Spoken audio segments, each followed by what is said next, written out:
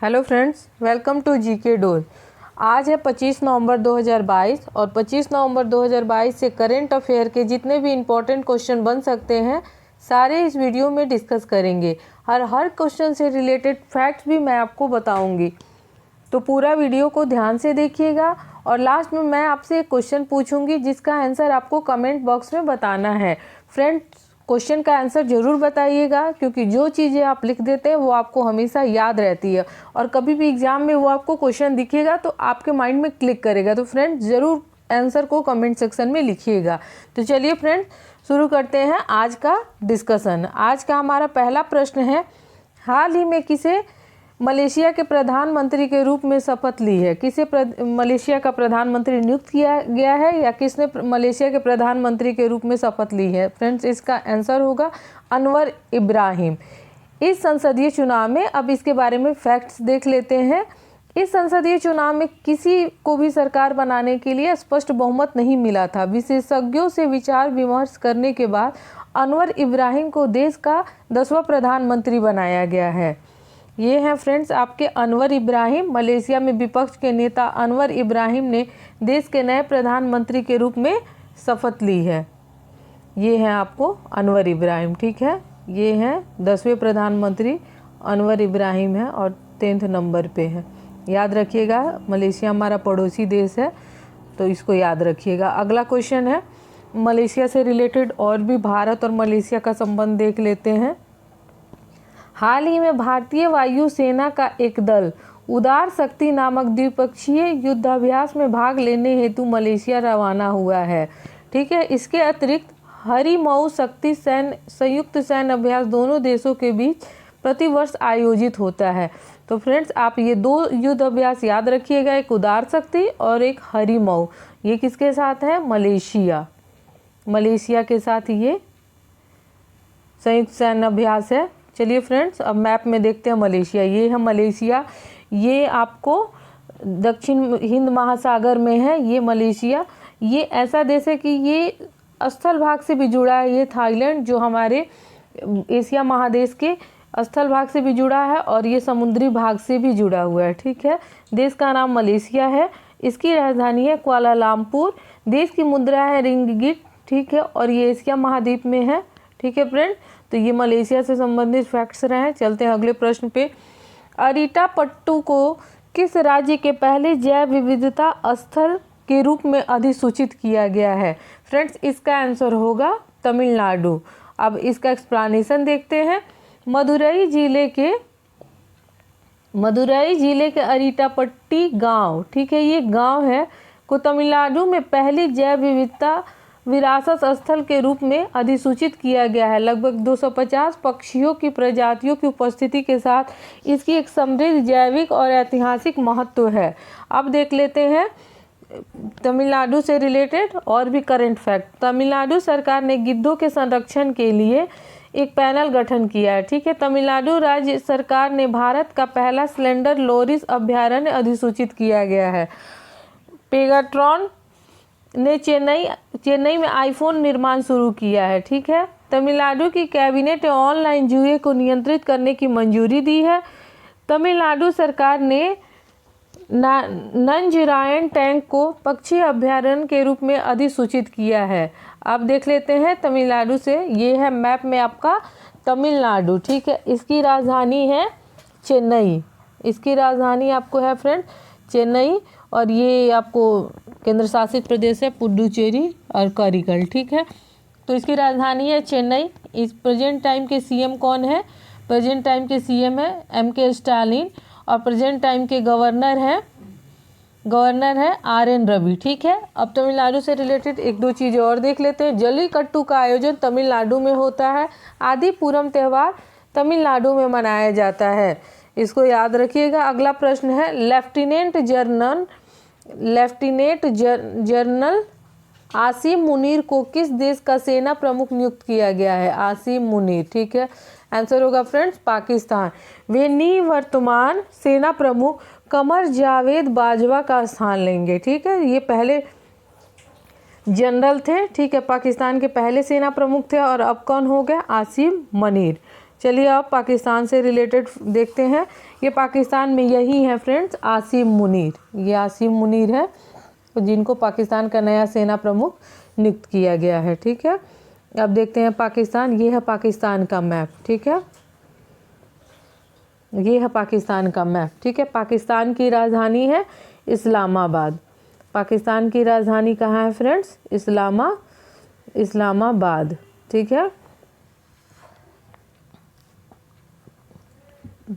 पाकिस्तान के present time के PM कौन है?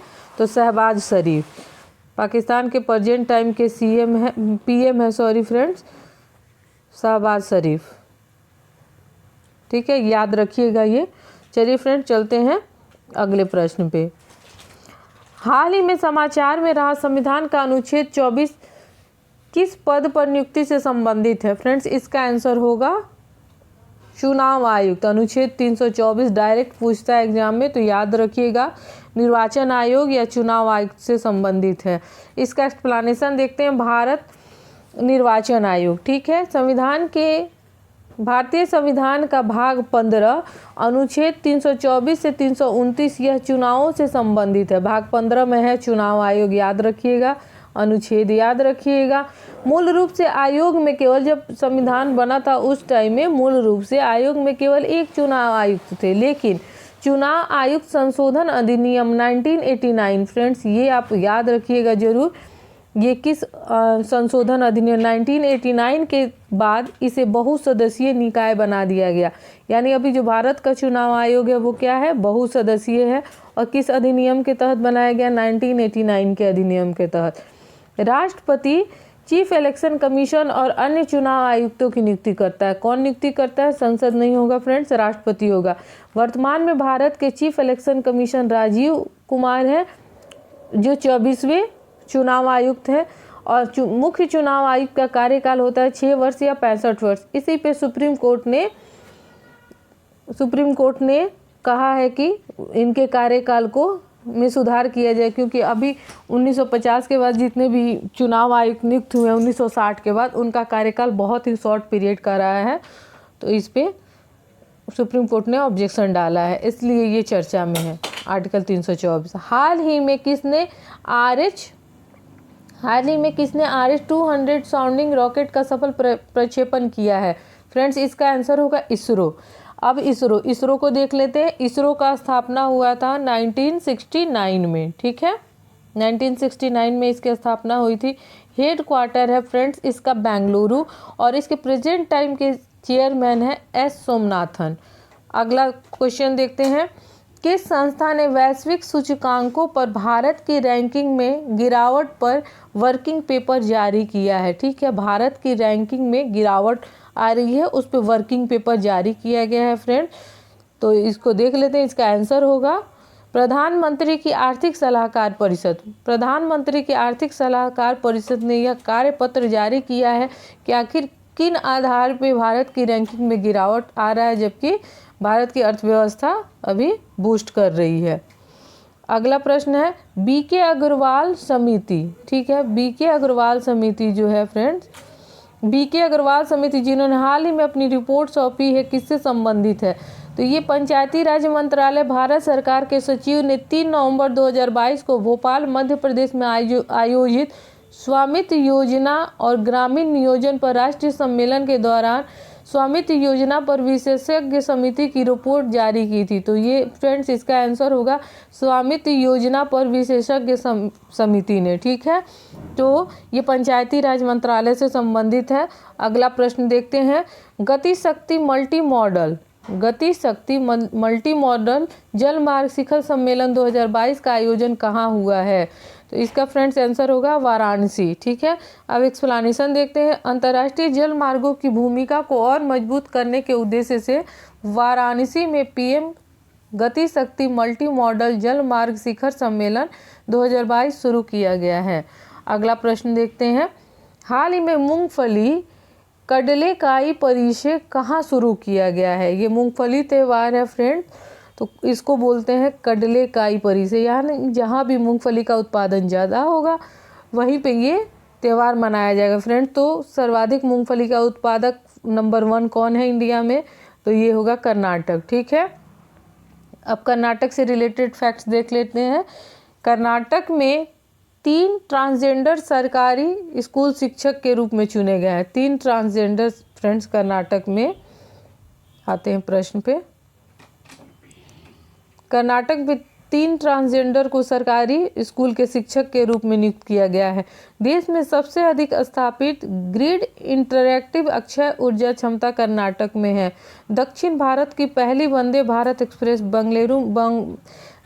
बेंगलुरु में हरी झंडी दिखाई गई। ठीक है, प्रधानमंत्री मोदी ने बेंगलुरु में कैंपेगौड़ा की, कहाँ पे ये पूछ सकता है, और कैंपेगौड़ा की 108 फीट ऊंची प्रतिमा का अनावरण किया है। ठीक है, अब बताइए फ्रेंड्स, अभी वहाँ के प्रेजेंट टाइम के सीएम कौन है? तो प्रेजेंट टाइम के सीएम आप बताइए वहाँ के। बसवराज बोम्मई है, गवर्नर है थावरचंद्र गहलोत। ठीक है, और राजधानी है बेंगलुरु। अब कर्नाटक के बारे में और भी कुछ देख लेते हैं। कर्नाटक का एक गांव है मेट्टूर। ठीक है, यह इकलौता ऐसा गांव है जहां बोलचाल की भाषा में संस्कृत बोली जाती है। कर्नाटक में बांदीपुर, आंसी, नगरहोल, बनरकट्टा, केंद्रमुखा नेशनल पार्क है। चलिए अगला प्रश्न देखते हैं। हाल ही में किस देश ने हाल ही में भारत के साथ अपना मुक्त व्यापार समझौता पारित किया है? फ्रेंड्स, इसका आंसर होगा ऑस्ट्रेलिया। मुक्त व्यापार समझौता पारित होने से ये होता है कि जो भी निर्यात की या आयात की वस्तुएं होती है उस पर शुल्क कम लिया जाता है। ठीक है फ्रेंड, तो ये आज का टॉप 10 MCQs है। फ्रेंड्स, अगर आपको हमारा ये कंटेंट, ये वीडियो आपको पसंद आता है तो हमारे वीडियो को लाइक करें, सब्सक्राइब करें और अपने दोस्तों के साथ शेयर करें। फ्रेंड्स, चलते हैं, देखते हैं आज का प्रश्न। Question for you, question of the day या क्वेश्चन फॉर यू। हाल ही में भारत को उर्वरक का शीर्ष आपूर्तिकर्ता कौन सा देश बना है? ठीक है, तो भारत को उर्वरक की शीर्ष आपूर्तिकर्ता कौन सा देश बना है, इसका आंसर आपको कमेंट सेक्शन में देना है फ्रेंड्स। तब तक के लिए मिलते हैं फिर नए वीडियो के साथ कल। जम के पढ़ाई कीजिए। जय हिंद।